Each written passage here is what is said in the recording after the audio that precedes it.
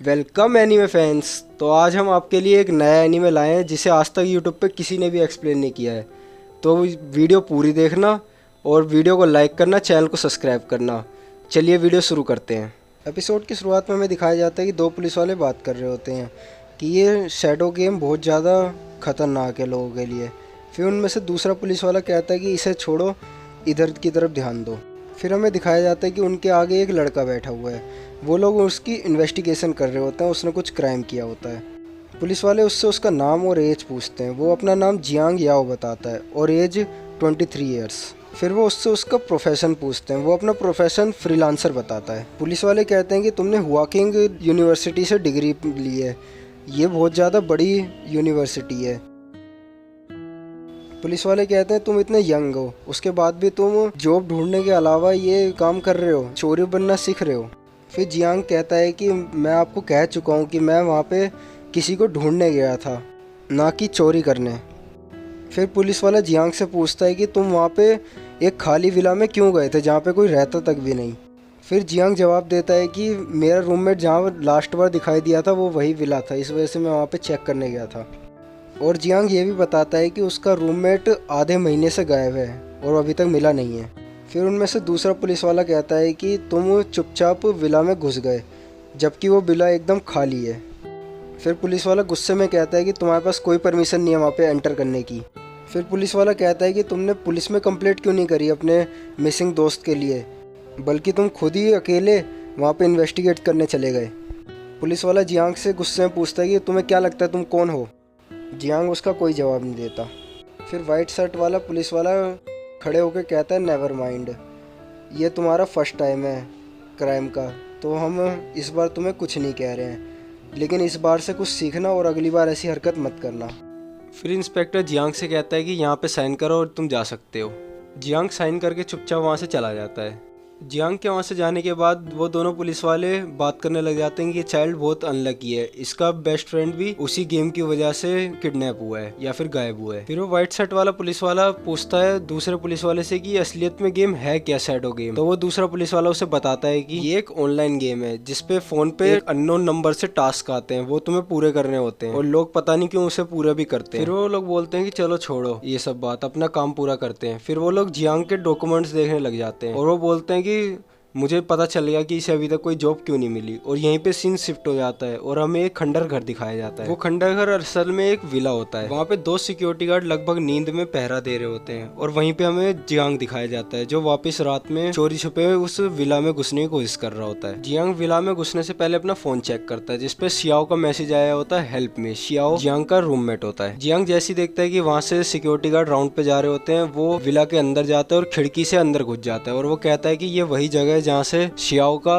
Last phone signal मिला था। Jiang villa में घुसने के बाद कहने लग जाता है शियाओ वेयर आर यू, आप कहाँ हो। तो वो वहाँ पे नीचे पड़ा हुआ एक ब्रेसलेट देखता है जो कि शियाओ के ब्रेसलेट का एक टुकड़ा होता है। वो कहता है कि पक्का शियाओ यहीं कहीं होगा। जियांग शियाओ के बारे में सोच ही रहा होता है, इतने में वहाँ पे एक गार्ड आ जाता है और जियांग एक दरवाजे के पीछे जाके छुप जाता है। वो गार्ड वहाँ पे आके खड़ा हो जाता है और वो अपना फोन निकाल के एक मैसेज चेक करता है। हमें दिखाया जाता है कि वो गार्ड उस मैसेज को पढ़ने के बाद हिप्नोटाइज हो जाता है और वो क्लॉक में एक सीक्रेट डोर ओपन करके नीचे चला जाता है। जियांग ये देख के बहुत हैरान होता है। वो उस सीक्रेट डोर के पास आता है। जियांग उस सीक्रेट डोर के पास आके एक बुढ़िया औरत को याद करने लग जाता है। वो बुढ़िया औरत उससे कह रही होती है कि जब तुम बहुत ज्यादा डेंजर फील करना, जब अपने इस लॉकेट का इस्तेमाल करना, ये तुम्हारी स्पिरिट को एक क्लोन में बदल देगी और साथ ही में इसका यूज बहुत ज्यादा लिमिटेड है, तो जब तक ये तुम्हारी आखिरी उम्मीद ना हो जब तक इसे यूज मत करना।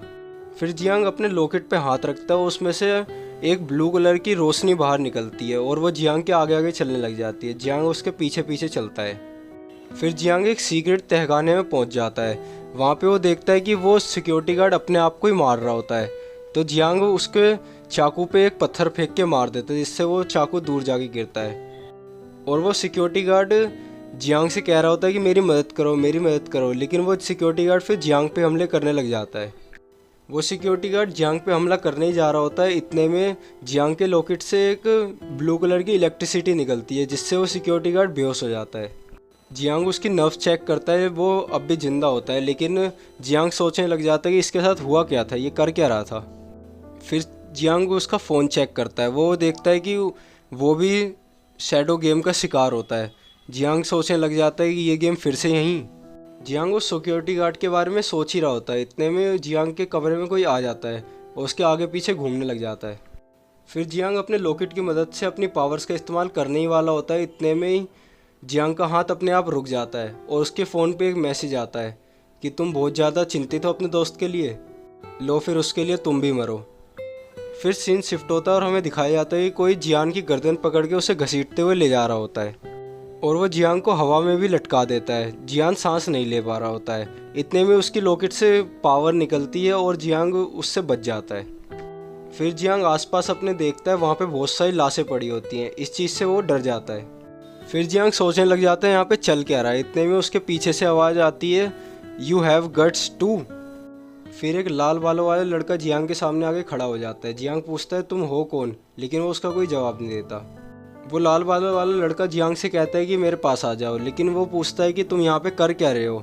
इतने में वो सारी लाशें अपने आप हिलने लग जाती हैं। जियांग सोचने लग जाता है क्या ये सब ज़ोंबी हैं। फिर जियांग सोचने लग जाता है कि ज़ोंबी तो एग्जिस्ट ही नहीं करते। फिर वो सोचता है कि ये वो लोग हैं जो कुछ समय पहले अलाइव थे और उस गेम की वजह से मारे गए। इतने में जियांग उस लाल वाले लड़के से कहता है कि क्या ये सब कुछ तुम कर रहे हो, जो शैडो गेम वाले मैसेज आते हैं अननोन नंबर से वो तुम भेजते हो। फिर वो लाल बालों वाला लड़का उसे जवाब देता है कि तुम बहुत ज़्यादा फ़नी हो, लेकिन अगर मैं ये सब कर रहा होता क्या मैं तुम्हारे साथ यहाँ पे खड़ा होता, और वो भी उन ज़ोंबियों से लड़ रहा होता है। वो लाल बालों वाला लड़का जियांग से कहता है कि क्या तुमने अभी तक कभी सोचा है कि असली दुश्मन है कौन। जियांग सोचने लग जाता है असली दुश्मन, ये किस बारे में बात कर रहा है। इतने में जियांग अपने पास पड़ा एक डंडा उठा लेता है और उन ज़ोंबियों से बचने लग जाता है।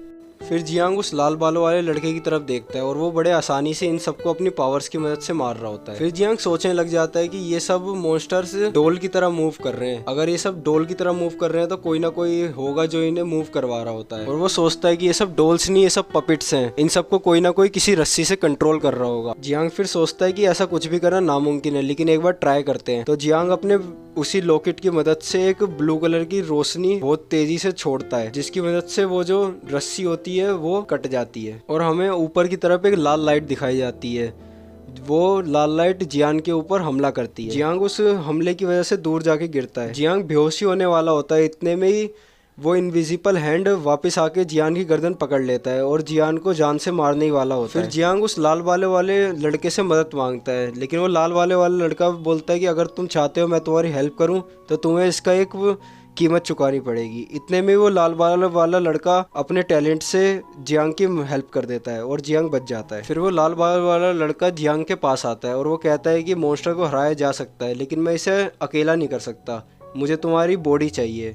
जियांग बोलता है मेरी बॉडी।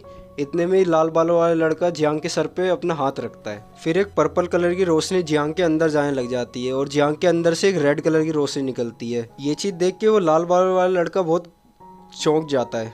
फिर वो लाल बालों वाला लड़का कहता है अब मैं समझ गया, मैंने तुम्हें अंडर एस्टिमेट किया था, तुम्हारे पास एक से ज़्यादा सरप्राइजेस हैं। फिर जियांग उससे पूछता है कि तुमने मेरी बॉडी के साथ क्या किया।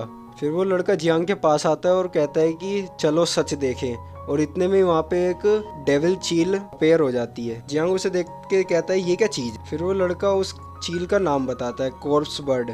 वो बोलता है कि ये बहुत ज़्यादा वीक होती हैं, बस मुझे ये समझ नहीं आ रहा कि अचानक से यहाँ पे अपेयर कैसे हो गई। फिर वो चील जियांग पे हमला कर देती है और वो लाल बालों वाला लड़का जियांग से कहता है कि तुम इससे बच नहीं सकते, तो बेहतर होगा तुम इसका सामना करो। और वो लड़का जियांग को चील की तरफ धक्का दे देता है।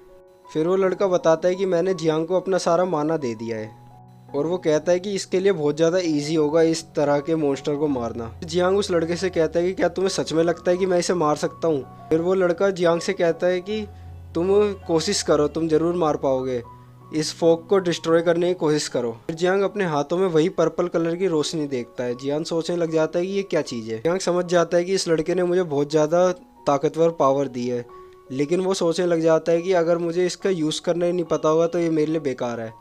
और जियांग उस लड़के से कहता है कि मुझे जल्दी ये सिखाओ कि इसे यूज़ कैसे करते हैं। वो लड़का जियांग से कहता है कि ये तुम्हें खुद ही सीखना पड़ेगा, इसे का यूज़ कैसे करते हैं। वो लड़का जियांग से कहता है कि तुम्हारी बॉडी को पता है इसका आंसर। इतने में ही वो चील जियांग के पैर के ऊपर हमला कर देती है और वो सारे ज़ोंबी मॉन्स्टर भी जियांग के ऊपर हमला करने लग जाते हैं। जियांग कहता है कि ये बहुत ज़्यादा दर्दनाक है, मुझे बहुत ज़्यादा दर्द हो रहा है, लेकिन जियांग फिर कहता है कि ये बहुत देर तक नहीं है, और वो उस पंछी की तरफ देख के कहता है कि अब मरो। फिर वो अपनी पावर्स का इस्तेमाल करता है और उस पंछी से बचते हुए उसका पैर पकड़ लेता है। उसके सिर्फ पैर पकड़ने से ही उस पंछी को बहुत ज़्यादा दर्द हो रहा होता है। फिर वो लाल बालों वाला बंदा कुछ नुकीली चीज़ से उस पंछी का पैर काट देता है और वो पंछी दूर जा गिरता है। और वो लाल बालों वाला बंदा सोचने लग जाता है कि कोई भी बंदा इतनी जल्दी इतनी ज़्यादा स्ट्रॉन्ग कैसे बन सकता है, ये इम्पॉसिबल है। इतने में जियांग उस पर हमला कर देता है और वो लाल बालों वाला बंदा सारे हमलों से बच के जियांग को बेहोश कर देता है। जियांग थोड़ी देर में होश में आने के बाद पूछता है कि यहाँ पे क्या हुआ, मुझे कुछ भी याद नहीं। वो लाल बालों वाला बंदा जियांग से कहता है कि तुम्हारे पे बहुत अच्छी फिजिकल पावर है, मुझे बस तुम्हारी स्किल्स टेस्ट करनी थी और तुमने बहुत अच्छा किया, मैं सेटिस्फाई हूँ तुमसे। फिर वो लाल बालों वाला बंदा जियांग से कहता है कि यहाँ से चलो, वो लोग इसे साफ़ करने आएंगे और यहाँ पे रुकना हमारे लिए बहुत ख़तरनाक होगा।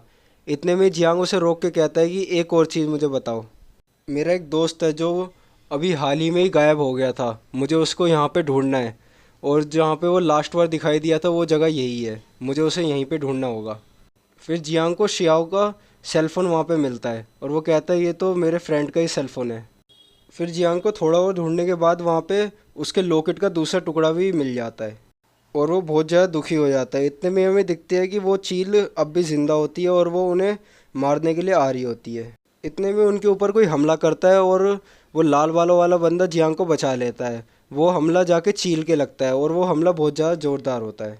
उस हमले से चील वहीं पे मर जाती है और जियांग वहीं पे बेहोश हो जाता है। अगर आपको ये वीडियो अच्छी लगी हो तो प्लीज़ वीडियो को लाइक करना और चैनल को सब्सक्राइब करना। Thanks for watching.